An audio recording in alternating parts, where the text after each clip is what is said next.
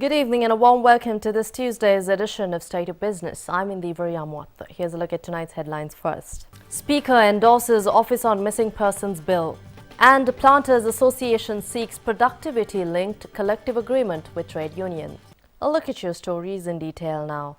President Maithripala Sirisena says the allegations faced by Sri Lanka internationally should not be taken lightly. The president said Sri Lanka must show progress in the implementation of recommendations made by the UNHRC. He was speaking at the end of the Defence Services Sports Meet at Panagoda last evening. අතුරුදහන් වූවන් පිළිබඳව කාර්යාලයක් පිහිටුවීමේ පනත පාර්ලිමේන්තුවේ සම්මත කරනු ලැබුවේ.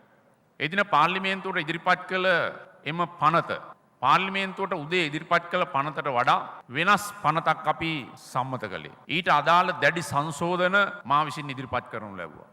මා අගමැතිතුමාටත් පාර්ලිමේන්තුවේ ආණ්ඩුවේ ප්‍රධානීන්ටත් ඉතා පැහැදිලිව කියා සිටියා මේ ඉදිරිපත් කළ පනතේ තිබෙන නුසුදුසු ඇතැම් වගන්ති වෙනස් කළ යුතුයි කියන එක. ඇතැම් වගන්තිවලට මා කිසිසේත් එකඟ නොවන බව මම පැහැදිලිව ප්‍රකාශ කළා. ඒ අනුව උදේ ඉදිරිපත් කරන ලද පසුගිය 11 වෙනිදා මේ පනතේ අදාළ මට අවශ්‍ය සංශෝධන රාශියක් ඉදිරිපත් කරලා ඒ සංශෝධන ඇතුවයි පාර්ලිමේන්තුවේ සම්මත වුණේ. ඒ වගේම සම්මත වූ පනත ක්‍රියාත්මක කිරීම සම්බන්ධයෙන් අදාළ නව රෙගුලාසි පාර්ලිමේන්තුවේ සම්මත විය යුතුයි කියන එකත් එදින යෝජනාවේම සම්මත වුණා.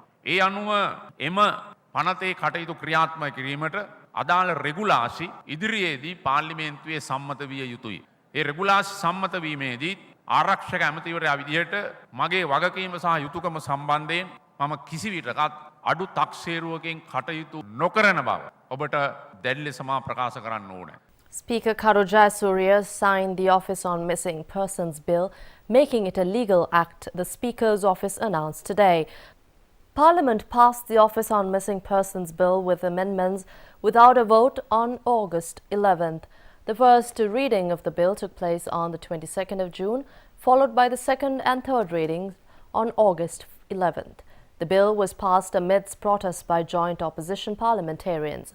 The passage of the bill allows the Sri Lankan government to set up an office on missing persons to help several thousands of families of missing persons across Sri Lanka to discover the fate of their loved ones and the circumstances under which they went missing. The outgoing ambassador and head of delegation of the European Union to Sri Lanka, David Daly, says he was very pleased that Sri Lanka was able to make necessary progress that enabled the EU to lift its fisheries ban and to reconsider the renewal of GSP Plus facility. Commending the current government, Ambassador David Daly in his farewell message said the election of President Maithripala Sirisena was a turning point for Sri Lanka and for his diplomatic posting in the island. Daly said he was very pleased that Sri Lanka was also able to make the necessary progress that enabled the EU to lift the fisheries ban. According to the ambassador, working closely with the European Union sends a message to others that Sri Lanka is making progress. He added that it is necessary for Sri Lanka to show progress on the governance and rule of law issues, as well as to engage in a genuine reconciliation process in order to unleash the full range of potential. Ambassador Daly served as head of the European delegation to Sri Lanka and the Maldives since September 2013. He will be assuming duties in his new post at the European Union headquarters in Brussels from the 1st of September. Moving on, regional plantation companies are emphasizing the urgent need for the signing of a productivity-linked collective agreement for the wage structure of estate workers. Addressing media, Chairman of the Planters Association, Roshan Rajadare, said that productivity-linked collective agreement is essential to put the industry on a more sustainable footing. He said that the plantation companies are struggling as a result of price depreciation for commodities in the global market. We are averse to granting a wage increase. We are aware of the aspirations and the expectations of our employees. However, the archaic, I would say 150-year-old attendance-based model has seen its better days. I think we are about 20 or 30 years behind times. In all the tea economies of the world, there is a productivity-based wage system in operation, and that is how they are at least struggling, but being sustainable in the long run. With much difficulty, we have paid an interim allowance of 100 rupees per day for 2 months based strictly on a written agreement that by the third month that the unions would be signing our proposed productivity-based wage model. So on our part, true to our spirit, we have maintained our end of the bargain. Now we look forward to the government and the trade unions to stick to their part of the agreement. Already I think we are far too late in the day for all the stakeholders to get together and come to a mutually agreeable solution that will sustain this plantation industry. We take a short break. We'll be back with more on State of Business after this.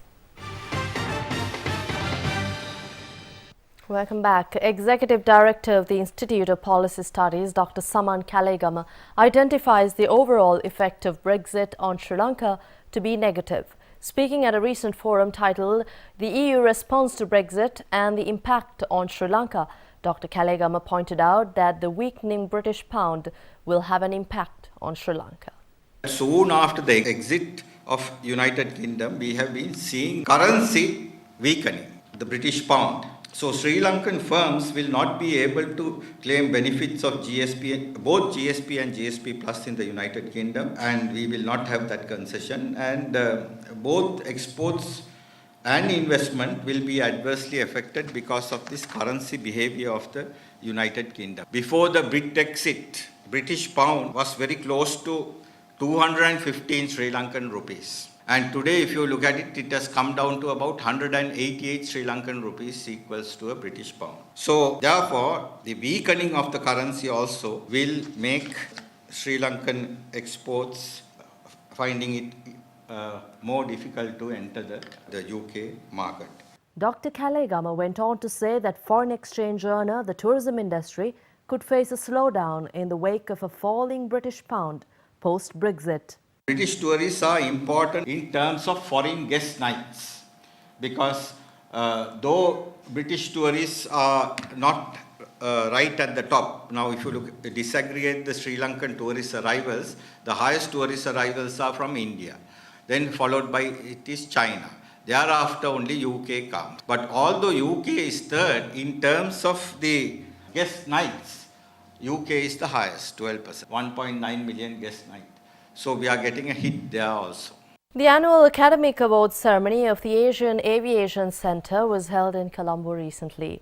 AAC is a pioneering aviation training institute in Sri Lanka.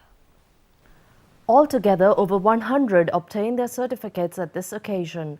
The AAC is affiliated to the Kingston University of London. I see a great future ahead for aviation in Sri Lanka. I see it as a good opportunity that more and more entities are entering the field of aviation in Sri Lanka. We can look positively to a bright future of the sector. Therefore, I strongly believe that the pioneering spirit and pursuit of innovation in this industry will be the key contributory factor to deliver a higher capable breed of aviators and engineers to Sri Lanka. I'll be back with Stock Watch after this break. Welcome back. The Colombo Bourse ended on a mixed note due to John Keells Holdings and National Development Bank closing lower. Nonetheless, turnover was boosted by a splurge on both local and offshore activity, which drove turnover to a 4-month high. Domestic activity surpassed foreign activity for the day as institutional, high net worth and retail investors were bullish on trading. The All Share Price Index gained 9.17 to close at 6,603.76, while the S&P SL20 Index dipped 9.18 to close trading at 3,627.96. Turnover for the day amounted to 1.8 billion rupees, with 52.2 million shares trading hands. The top traded counters were Ceylon Grain Elevators with 319.7 million rupees, National Development Bank with 294 million rupees, Commercial Bank 212 million rupees, Sampath Bank 174 million rupees and Chevron Lubricants 91.7 million rupees. Foreign inflows in the meantime amounted to 507.1 million rupees, while outflows totaled 909.5 million rupees. Foreign activity was mainly present on National Development Bank, Sampath Bank and Chevron lubricants. Here we take a look at the day's foreign currency rates.